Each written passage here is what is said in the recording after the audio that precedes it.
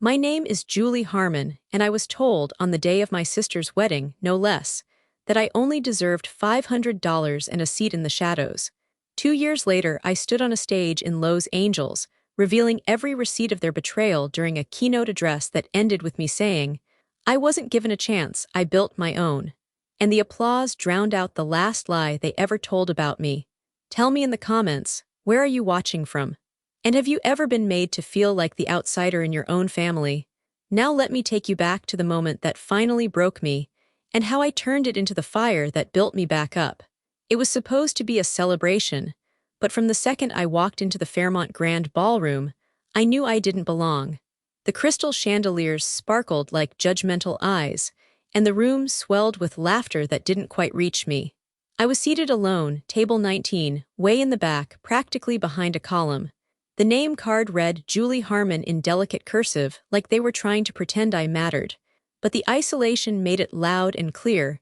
I was an afterthought at my own sister's wedding. Amanda, the bride, the golden child, glowed beneath a custom lace veil flown in from Paris. She looked beautiful, yes, but also smug. And when she raised a champagne flute during her rehearsal dinner toast to thank Mom and Dad for the incredible $250,000 wedding gift that made today possible, the room burst into applause. My stomach sank. I looked down at the envelope I'd been handed just moments before by my mother. Plain. No note. Inside was a check for $500. $5. $100. And as she slipped it into my palm, she leaned in, not with warmth but with ice in her voice. "That's all you deserve, Julie. Be grateful we included you." I didn't blink, I didn't cry, I just clenched the envelope so tightly that the paper crinkled beneath my nails. Later, when Amanda twirled across the dance floor, people cheered like they were watching royalty. I stayed seated. My heels pinched. My chest tightened. My throat burned. I finally whispered to the only person who hadn't looked through me all night. "We're leaving, tonight." Noah, my partner, looked up from his untouched dessert. His expression didn't question me, just a nod, a quiet hand on my knee. "You sure?" I nodded. "I've never been more sure of anything." After we quietly stood, a server who'd been avoiding eye contact offered a polite, "Leaving already?" I offered a smile that didn't reach my eyes. "Family emergency," I lied. But I meant it.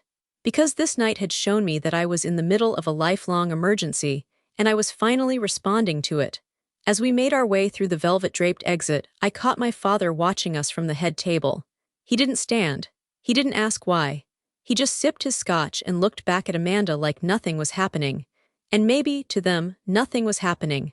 Maybe to them, the girl in table 19 had always just been decoration, one they forgot to throw away after wrapping the gifts. But I felt something else happening in me. The slow, simmering birth of clarity, of rage, of release. That night, under the glow of the ballroom's arching facade, I slid into the passenger seat of Noah's car and looked at him, my voice steadier than I expected. "I'm done trying to earn their love." He took my hand. "Then let's build a life where you don't have to." And as we drove away from the fairy tale castle they'd built for Amanda, I didn't look back, because I already knew I wasn't Cinderella. I was the storm outside the ballroom doors, and they hadn't seen the last of me. The next morning, I woke up to a faint rattle of a ceiling fan and the low hum of traffic through a cracked window. Austin felt unfamiliar, hotter than expected, louder too. But at least it didn't smell like bitterness or judgment. It didn't smell like home.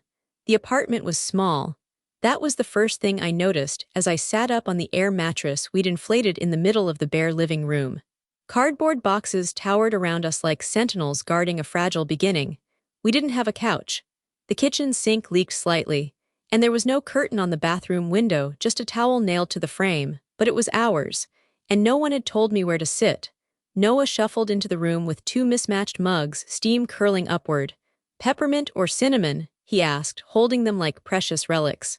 "Surprise me," I murmured, brushing hair out of my face. He handed me cinnamon.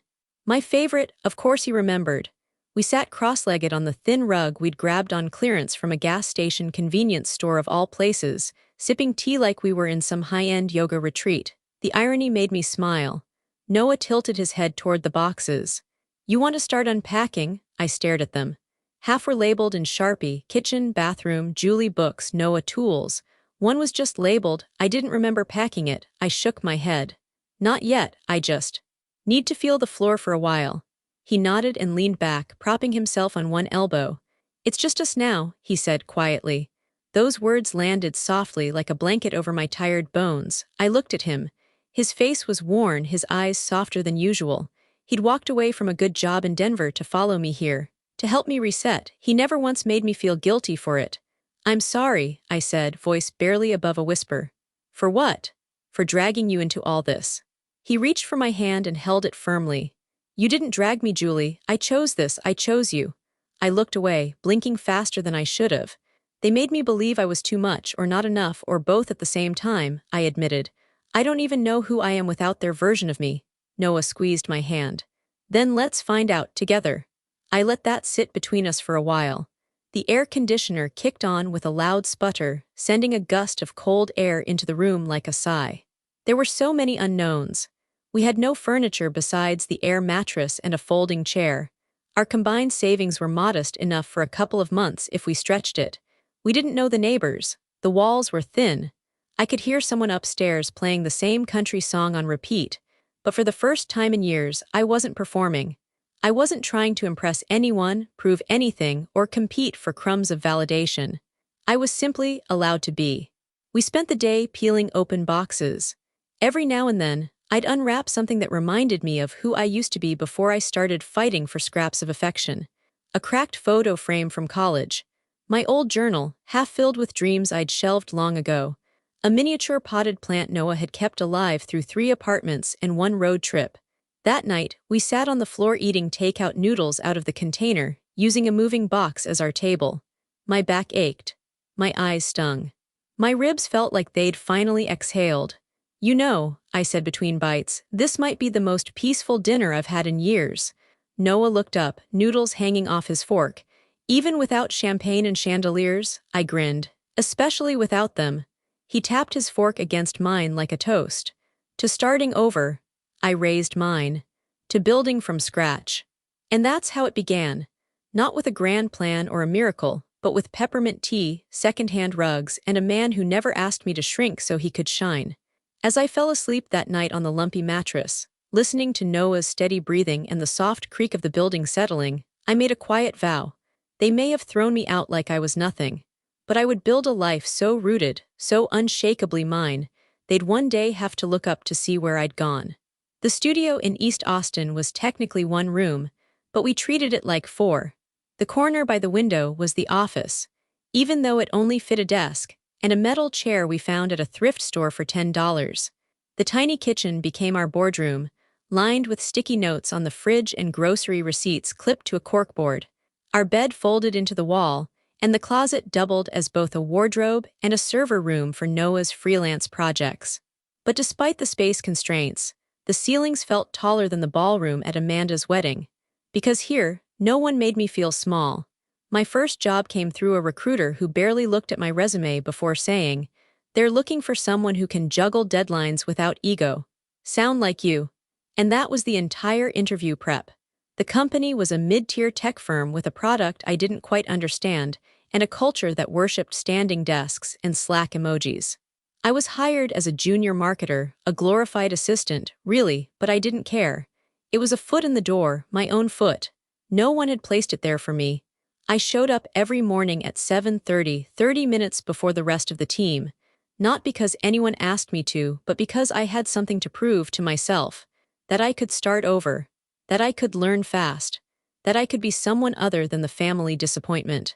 Noah, meanwhile, took on coding gigs that paid sporadically and often came with vague deadlines and even vaguer clients. One night he was building a booking site for a yoga retreat in Santa Fe. The next week, he was troubleshooting someone's online store for dog bow ties. "We're living the dream," he'd joke, eyes bloodshot from staring at code for 12 hours. "Whose dream?" I'd reply, slurping cheap ramen with a plastic fork. Because mine had more countertops. Even as we laughed through exhaustion, we were building something. Not just a budget spreadsheet and a shared Google Calendar, but a life with no strings attached to past obligations.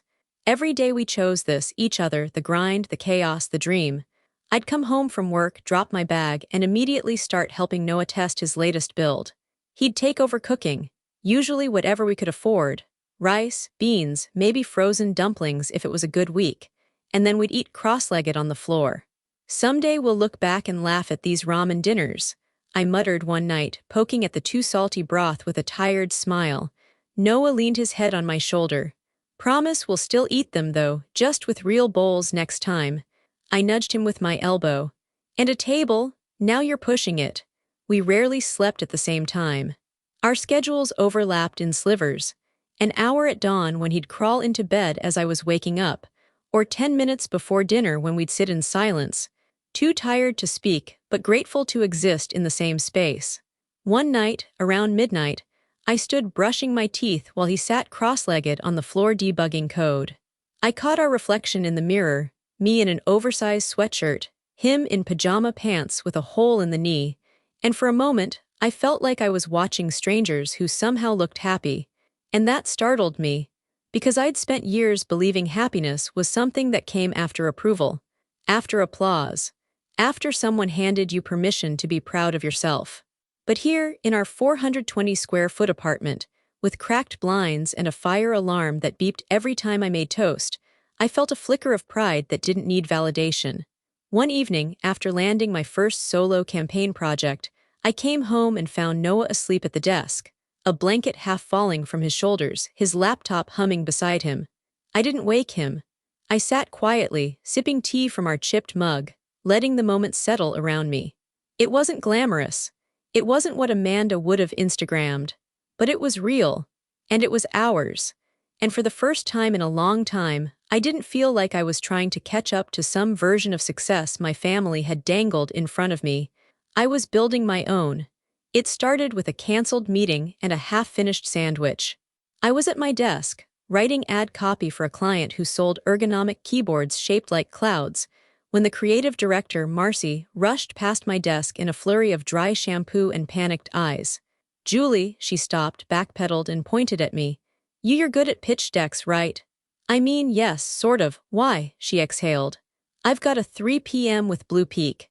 They're looking to rebrand before their Series B funding round. But I double-booked with a product demo in San Francisco. You're the only one who's already been researching their market. I blinked. You want me to pitch it? Her fingers drummed anxiously on her tablet.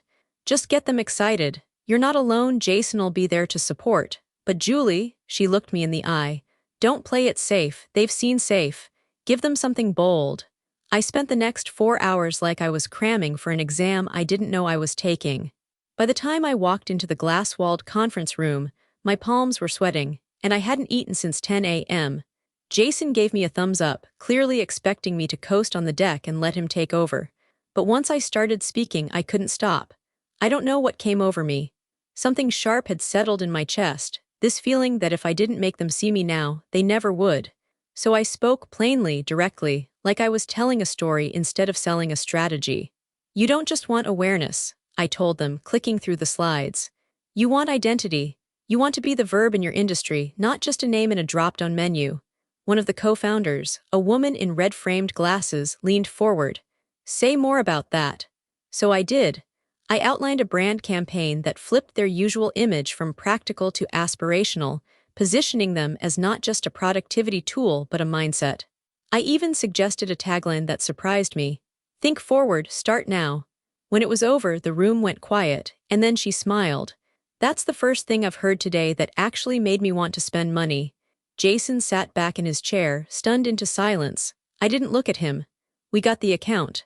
Marcy called me into her office the next morning. Her face was unreadable until she shut the door and let out a delighted whoop that startled me into laughter. Julie, I'm not going to lie, I thought that was a Hail Mary, but you crushed it. You didn't just land the client, you elevated us. I blinked. You've got guts and vision, she continued, leaning back in her chair. Ever thought about running your own agency? That sentence rewrote something inside me. No, I said slowly. But maybe I should. That night, Noah and I celebrated on a rooftop bar in downtown Austin. It was one of those places with Edison bulbs and overpriced cocktails, but the view made it worth it. The city stretched out beneath us, humming with possibility. We split a single appetizer and nursed our drinks, too aware of our budget to splurge, but it didn't matter. I wore my one decent dress. Noah had ironed his shirt twice. We looked out of place among the venture bros and influencer couples, but I'd never felt more at home anywhere. I reached for his hand under the table, threading my fingers through his. "This changes everything," I whispered. He looked at me, not surprised, not skeptical, just quietly proud. "It really does." The sky was turning amber, the sun kissing the high rises, the kind of view people put on postcards. But the most beautiful thing that night wasn't the skyline. It was the way I felt inside. Like I had cracked something open, and instead of bleeding, I was blooming. Hope didn't feel like a gamble anymore. It felt earned.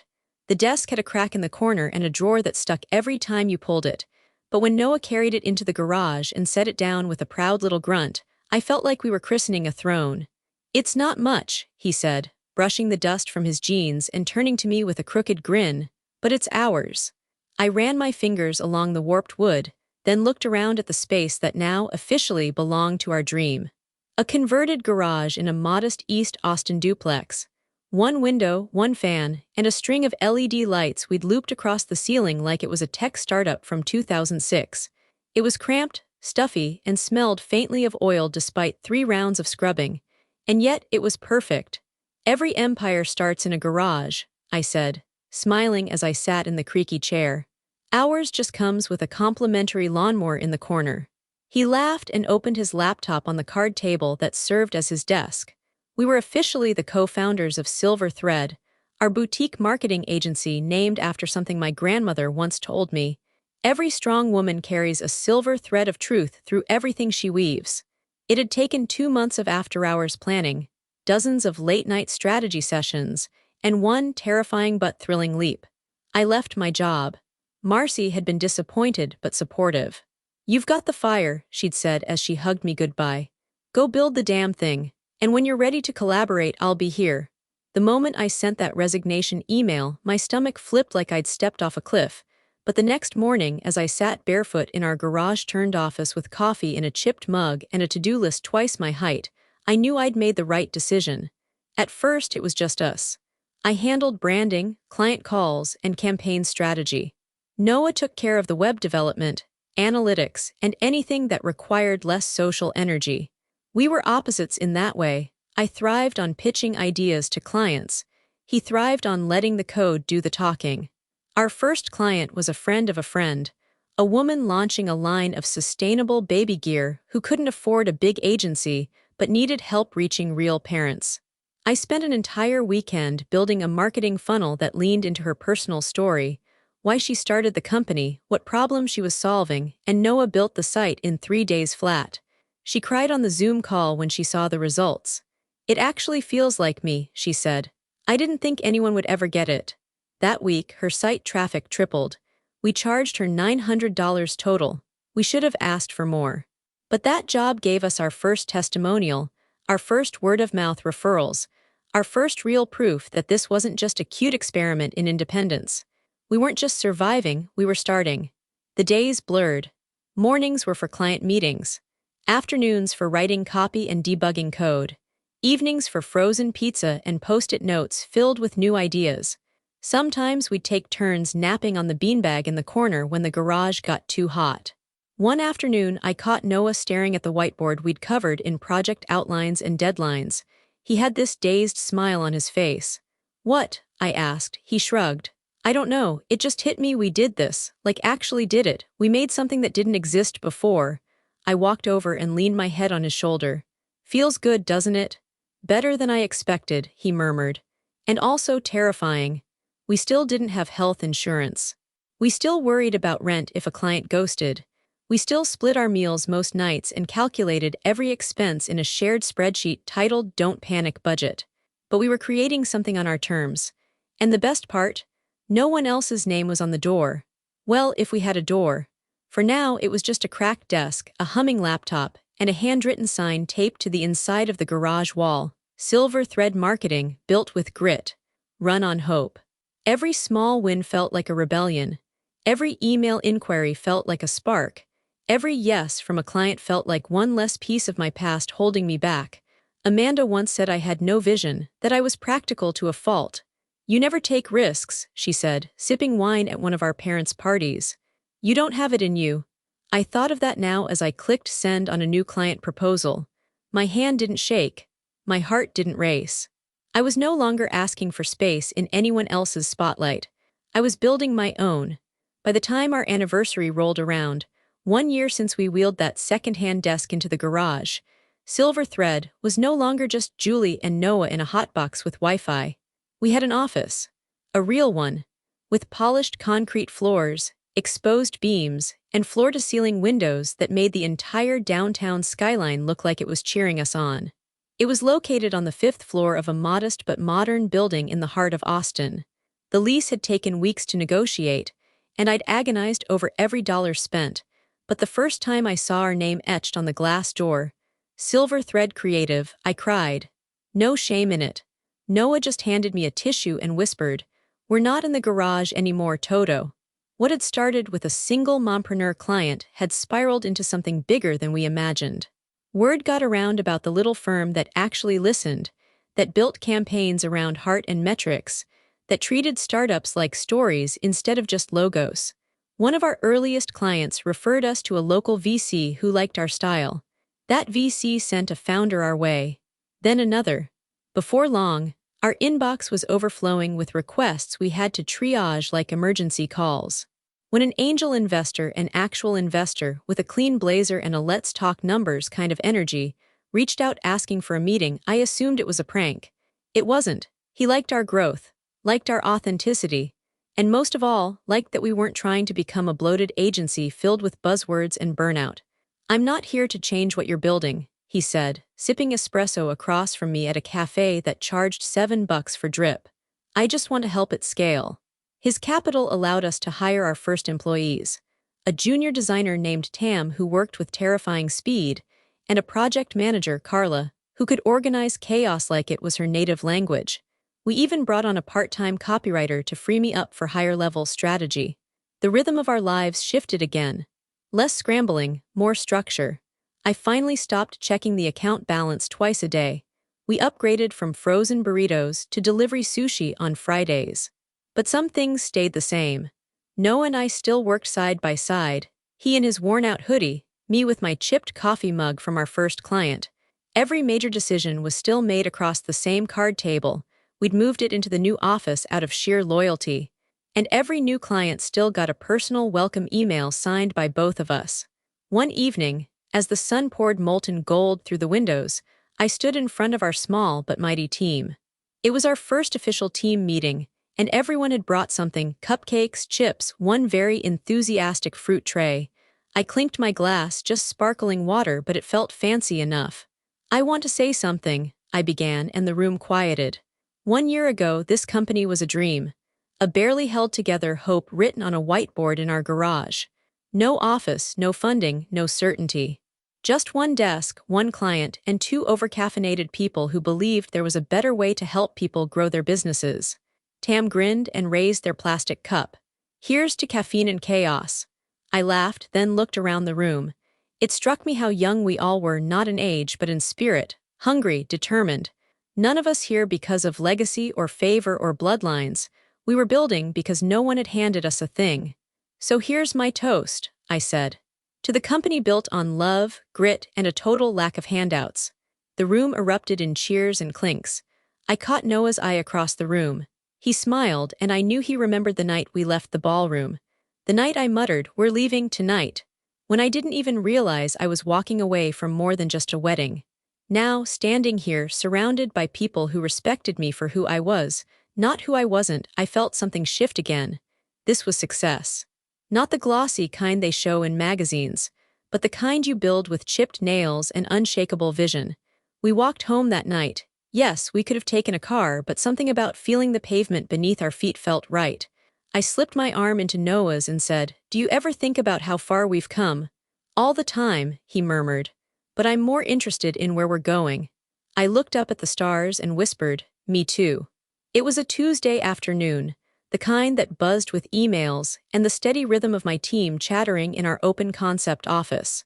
Carla had just left a sticky note on my desk reminding me about our Q2 planning session when I got a message on LinkedIn from someone I hadn't thought about in years.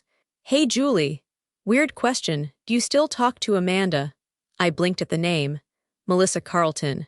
We'd gone to college together, shared a couple of marketing classes, and one truly unfortunate group project. She had always been sweet in a quiet, almost forgettable way. We drifted apart like most people do after graduation, connected only by the occasional algorithm-surfaced birthday wish. Not really, I typed back. Why? Her response came instantly, like she'd been waiting for permission to say it. She's been living with her mom for the last few months. Said her marriage ended. I thought maybe you'd know more. I stared at the screen, unmoving. The hum of the office faded around me. I hadn't heard Amanda's name spoken aloud in so long. It felt like someone had cracked open a box I'd shoved under the bed and tried very hard to forget. Melissa went on to say they'd crossed paths at a wellness event in Dallas.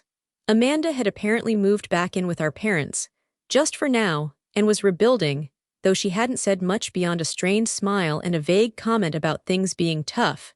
She used up the money on a house, a honeymoon, and God knows what else, Melissa added in a follow-up message. She didn't say it, but she looked like someone trying to hold the seams together. I closed my laptop slowly.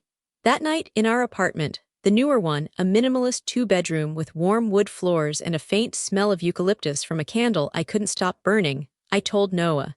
He was sitting on the floor, legs stretched long, his laptop balanced on his knees. He didn't look up when I said her name, but his fingers paused on the keys.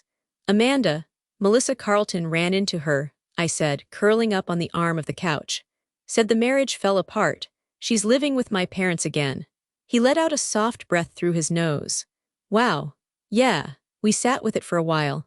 The room was quiet except for the soft whir of our little air purifier and the occasional honk from the street below. I wasn't sure what I felt, not joy, definitely not that, not revenge, if anything, maybe curiosity. The same kind of ache you feel when you see an old scar and try to remember the pain that made it. She used all the money, I murmured, more to myself than to him. All of it. Noah finally closed his laptop and looked at me. She ever reach out? I shook my head. Not once. He leaned forward, elbows resting on his knees. You okay? I don't know, I admitted. It's weird, I thought I'd feel vindicated, or even smug maybe, but I don't. I just feel like someone moved a curtain I thought was nailed shut. He nodded slowly, letting that land. Then he said, just be careful, Jules. Nostalgia makes betrayal feel forgivable. I smiled faintly, not because it was funny, but because it was true. I'm not going to reach out, I said, but I'd be lying if I said I wasn't wondering what it's like over there, in that house, with her back in that bedroom, with my mother probably pretending nothing ever happened. Noah reached over and took my hand. You don't owe anyone your curiosity. The warmth of his palm settled my chest. I know, I said, but I guess I still wonder who she is now. If she ever thinks about what she did, about what they all did. He squeezed my hand. She might, but thinking about it and being sorry aren't the same. I let out a breath I didn't realize I'd been holding. I remember that wedding. Her standing in front of all those people, glowing like a star, and me shoved at table 19 like I was the mistake they had to include. You weren't the mistake, he said gently. You were the one who left, who built something better. I nodded, eyes damp. Amanda was back in the place I'd walked away from, but I wasn't standing at the edge of that door anymore. I was 3 cities past it. Still, somewhere in my chest, a soft ache stirred. Not regret, not longing, just history. The kind that doesn't knock but always knows where you live. It was a Sunday afternoon, the kind made for tea and playlists and laundry half folded on the couch. I was barefoot in the kitchen, peeling oranges when the doorbell rang. Noah was out at a tech conference, so I padded over and peeked through the peephole, expecting a delivery or maybe Carla, who sometimes popped by with bakery leftovers. But it wasn't Carla. It was my mother and Amanda. I froze. They stood side by side on the stoop, the sunlight hitting them like a staged portrait. Amanda's hair was shorter now, her makeup lighter. My mother wore a smile that didn't reach her eyes. Both of them had their arms looped casually like they'd just dropped by for brunch. I opened the door slowly, my hand still damp with citrus. Julie, my mother exclaimed, as if we spoke every week. Hey, Amanda added, her voice high and a little breathless. We were just in the neighborhood. I blinked. My mother glanced past me into the apartment. This is lovely, she said, already stepping forward. May we come in? I hesitated for 2 seconds too long, but still stepped aside.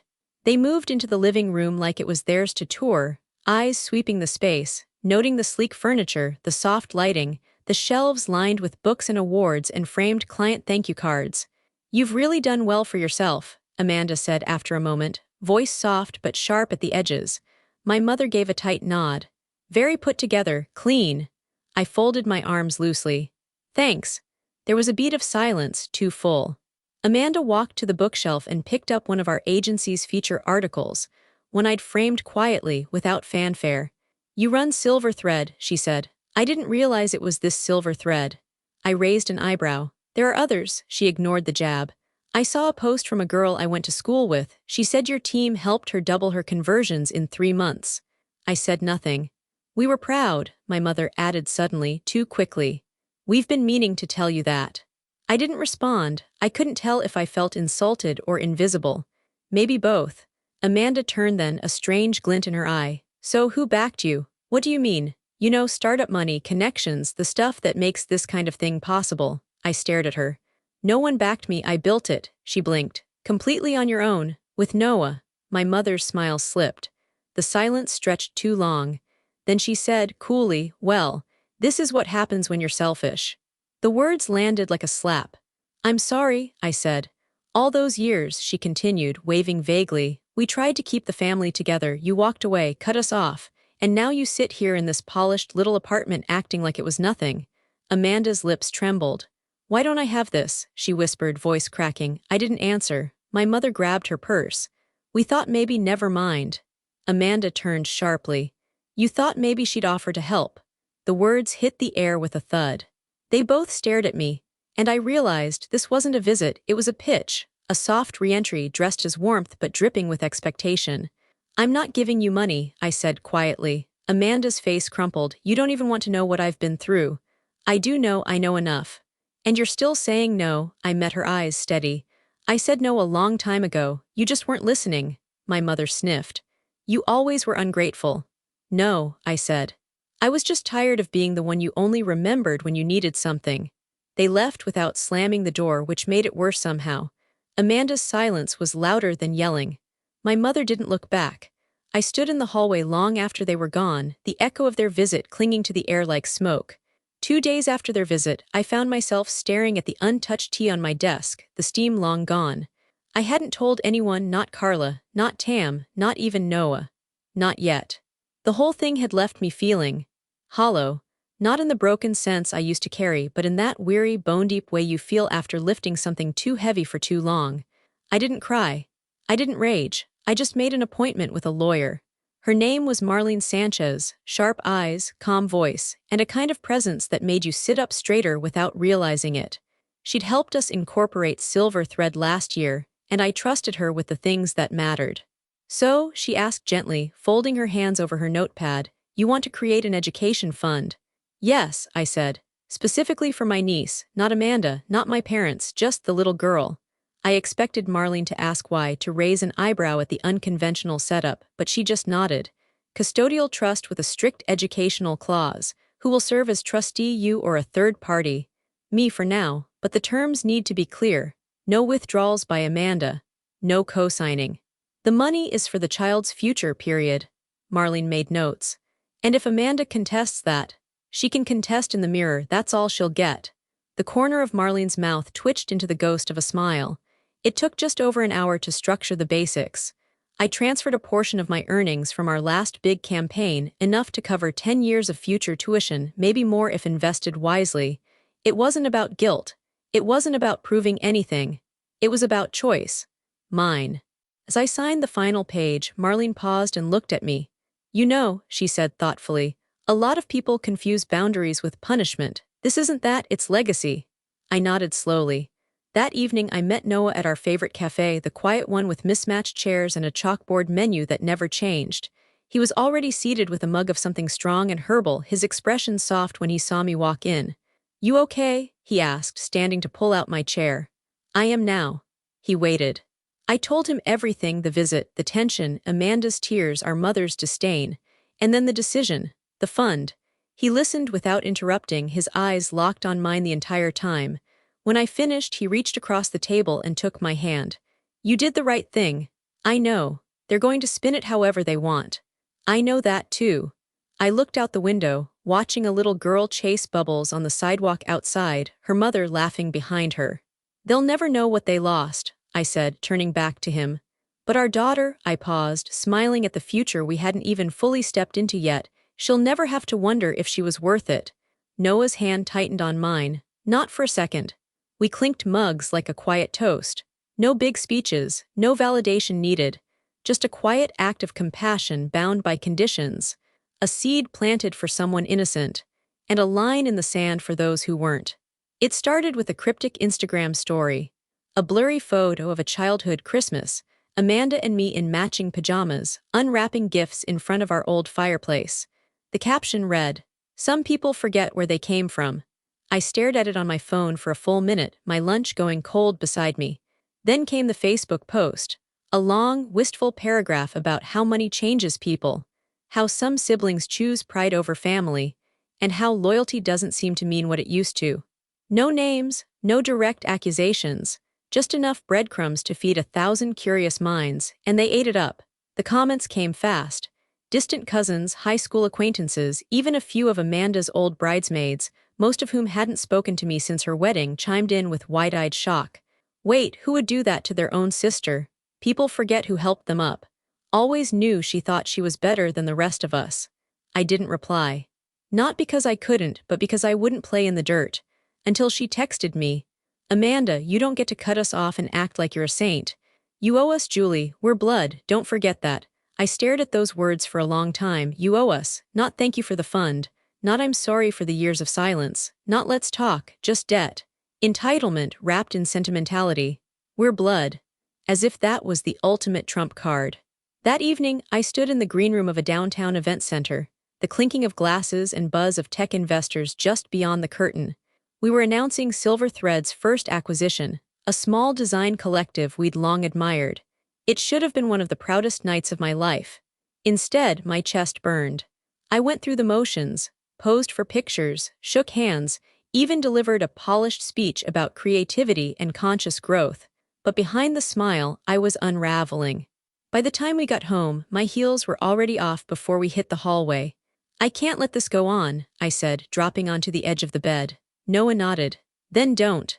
He opened his laptop, already knowing where this was headed. That night we drafted the letter. It wasn't emotional, it wasn't cruel. It was final. To Amanda and to our parents, this is not done in anger but in truth. I have offered more than most would: support, space, silence. But you've chosen to turn my boundaries into betrayal, my peace into offense, and my absence into a weapon. Let me be clear, I do not owe you anything. Not love, not money, not access to the life I built without you. Blood isn't a bond, it's behavior. I wish you healing. But I will no longer be part of your narrative. I signed it. Noah read it once, then hit print. We mailed it the next morning, registered mail, signature required. Let them hold it in their hands. Let them feel the weight of something finished. Noah and I sat on the back steps afterward, coffee in hand, watching the quiet sunrise stretch across our yard. Nothing dramatic, no fireworks, just air that felt a little lighter. "I'm proud of you," he said softly. I didn't reply, I just leaned against him and watched the light come in. The first thing I did was change my number, not just block change, a full sweep. New SIM card, new voicemail, new silence. Then I filed the cease and desist. Marlene helped me draft it. We sent one to Amanda, one to my mother, and one to their shared address. The language was airtight. Stop the smear campaign, stop the indirect harassment, stop all contact. It wasn't dramatic. It was strategic. And then came the final step. I emailed a short message to every mutual acquaintance who'd seen Amanda's carefully coded sob story online. Friends, colleagues, family connections I hadn't heard from in years. "Hi, there's been confusion surrounding my relationship with Amanda and our family. I've chosen to stay silent until now, but given recent public misrepresentations, I'd like to clarify the facts. Attached is a timeline, screenshots, and financial documentation showing the truth behind the decisions I've made. I'm not asking for anyone's approval, only accuracy. Thank you, Julie Harmon. No accusations, no emotion, just truth." And then I let it go, because I had a plane to catch. The keynote had been scheduled for months, an industry conference in Los Angeles, filled with rising founders, creatives, and media contacts. I was set to close the first night with a talk on branding through authenticity. What no one expected was what I actually said. I walked on stage to polite applause, wearing a tailored navy dress I'd once saved up for secretly, back when I still thought I had to dress like someone else to be taken seriously. I smiled into the spotlight. My name is Julie Harmon, I began. I'm the founder of Silver Thread, and I wasn't given opportunity. I built it after being told I didn't deserve one. The room shifted, posture straightening, phones lowering, so I told them the story, not all the names, not the dirtiest details, but the arc, the essence. A woman labeled second best, pushed aside, underestimated, gaslit into silence, who left the ballroom, built a company in a garage, and turned absence into power. I ended with this: legacy isn't what you inherit, it's what you refuse to repeat. The applause rose before I could even step off the stage. It wasn't just polite clapping, it was release. And for the first time I felt it too, not revenge, freedom. The shovel sank into the soil with a soft crunch. The spring air smelled like wet bark and lavender, and my knees were already stained with grass when Noah stepped outside holding the last thing we needed: the magnolia sapling. He carried it like something sacred, its roots bundled in burlap, a few ivory petals already beginning to bloom despite its small size. It looked fragile in his arms, but there was something quietly defiant about it too. "This one's going to be strong," he said, kneeling beside me. I nodded, brushing sweat from my brow. "We all are." Behind us, the screen door creaked open. A soft baby cry. I turned. Our daughter, tiny, pink-cheeked, swaddled in a blanket the color of clouds, was cradled in the arms of my Aunt Jo, who'd flown in to meet her for the first time. She waved from the porch, rocking her gently. "I think she's just curious," Jo called. "Wants to know what all the digging's about." Noah chuckled as we nestled the magnolia's roots into the ground. "Tell her it's for her." And it was. The magnolia was the first thing I'd bought when we brought our daughter home. A tree I'd always admired for its boldness, the way it bloomed unapologetically, even when the weather wasn't sure yet what it wanted to be. It felt right to plant it here, in the backyard of the house we'd once only dreamed of affording. I pressed my palms into the earth to steady it. "She'll never have to earn her worth in anyone's eyes," I murmured. "Not mine, not yours, not anyone's." Noah leaned in and kissed my forehead. "She won't even know what that feels like." The words made something knot in my throat, because I had known, for too long. For years, I measured myself by other people's scales, stood in rooms where I wasn't welcomed, tried to prove things to people who refused to see me. But not anymore. And never again, not for her. We finished packing the soil and circled the base with river stones. A small brass marker I had custom engraved sat nearby, still wrapped in tissue. Noah opened it carefully and read the words aloud. "Magnolia Harmon planted in truth, grown in love." We placed it in the ground together. Later, after Jo left and the baby had fallen asleep in her bassinet by the window, we sat on the porch swing watching the tree sway gently in the evening breeze. Noah's hand found mine, his fingers brushing over my wedding ring. A simple gold band we'd exchanged 2 years ago in a quiet civil ceremony. No guests, no fanfare, just us. Just peace. "You ever think about how far we've come?" he asked softly. I smiled, resting my head on his shoulder. "All the time." He paused, then said, "Do you think she'll ask about them?" One day, I knew who he meant. Amanda, my parents, the whole jagged legacy I'd left behind. "Maybe," I said. "And when she does, I'll tell her the truth. That family is not about shared blood, it's about how you're held when you're tired, how you're spoken to when you fail, who shows up for you without keeping score." He kissed the top of my head, and we swayed in rhythm with the quiet creaking of the swing. Across the yard, the magnolia stood straight and still, its small white blossoms catching the first light of moonrise. It wasn't much yet, but it would be, just like us once. The sound of tiny sneakers slapping against polished concrete echoed through the open space of Silver Thread's new downtown office. "Mommy, look how fast I am." Magnolia shouted, arms spread wide as she sprinted past the glass conference room where I sat mid-interview. I smiled. "You're lightning," I called back. The woman across from me, an editor from a tech publication doing a piece on women-led startups, laughed softly. "She's adorable. How old is she now?"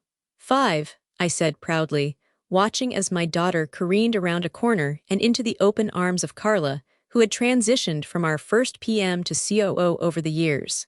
"And fully convinced she runs this company." "She kind of does," Carla said, popping her head into the room with a grin. "Staff meetings don't start until she gives the signal." the room filled with warmth. It was hard to believe how far we'd come. Silver Thread 2 now occupied an entire floor in a renovated warehouse, exposed beams, skyline views, a playroom tucked beside our wellness suite, and the kind of buzz you only hear when people love what they're building. We employed 32 full-time staff, partnered with dozens of female-led businesses, and launched a mentorship foundation for young women breaking into tech and marketing. Most days, I couldn't walk from my desk to the kitchen without bumping into someone I'd once spoken to in a panel or mentored in a workshop. Some of them had started their own agencies. Some had joined ours. All of them knew they didn't have to wait for permission to be great. The interviewer leaned in. Last question, what does success mean to you now? I didn't answer right away. Instead, I glanced out the window.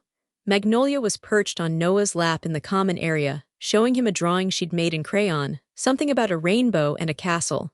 His eyes lit up like they always did around her, and I felt that same deep, settling calm I always did when they were near. Then I turned back to the journalist and smiled. Success, I said, means building what they said you didn't deserve and making sure others know they do. She wrote it down slowly, and I knew deep in my bones that the girl I used to be, the one sitting alone at table 19 in a ballroom filled with glitter and ghosts, would have been proud of the woman sitting here now. That was the end of my story. I still think about Amanda standing in my doorway with tears in her eyes. Was she truly sorry or just desperate? I wonder. When she asked for help and I said no, did she do the right thing by showing up at all? Tell me in the comments if you think she acted out of remorse or manipulation. And if this story made you feel something, hit like, subscribe, and stay with me for more.